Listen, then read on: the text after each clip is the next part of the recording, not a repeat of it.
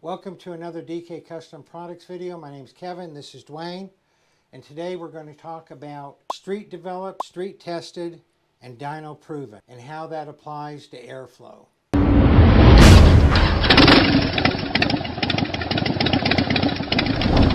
What prompted this video was a YouTube comment right here on YouTube, and it made Kevin and I realize we haven't made very many videos on how we come to product development, how we approach product development. And let me read you this comment before we kick the video off. The video comes from Heisenberg. I like that name. Some food for thought. I have a 2018 M8 Heritage. Using an FP3 to monitor engine temps, I found that using soft lowers on the crash bar increased temperatures by 40 degrees on a 60-degree day. So pretty damn substantial right there. The fork fangs raised temps 15 degrees. And very surprisingly, putting my feet up in the crash bar also increased temps by 10 degrees.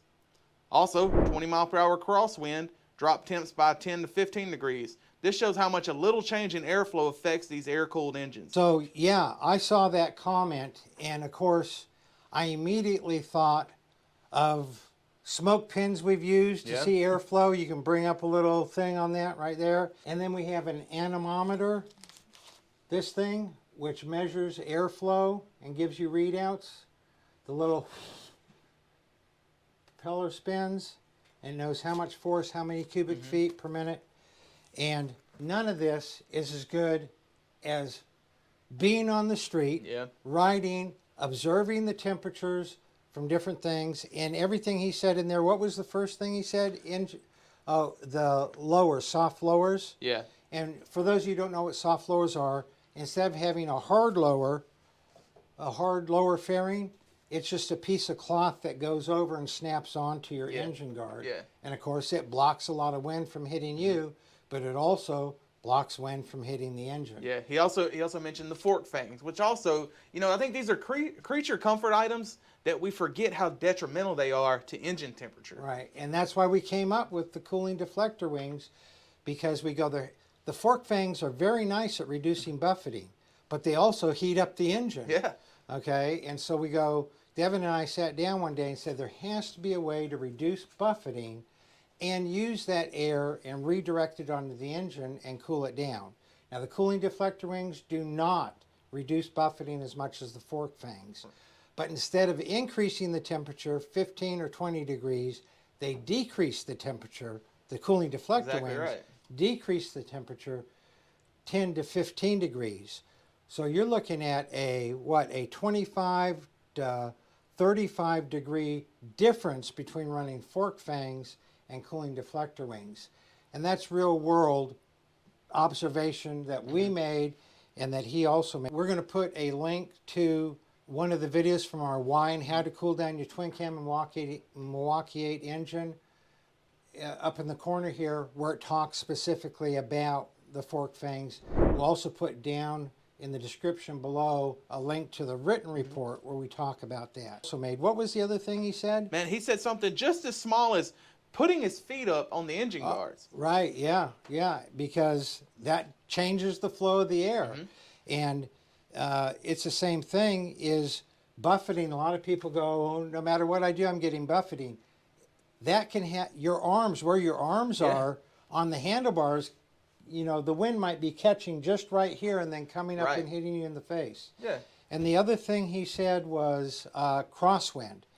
And a crosswind is not a whole lot different. When you have a GEMS fan on there, it's basically an artificial crosswind. Yeah. And it's blowing across there and reduces temperatures. So in short, we put a lot of thought into how the characteristics of airflow when we're product developing. A prime example, the oil cooler we have for twin cool models. We had to develop an offset bracket for that oil cooler.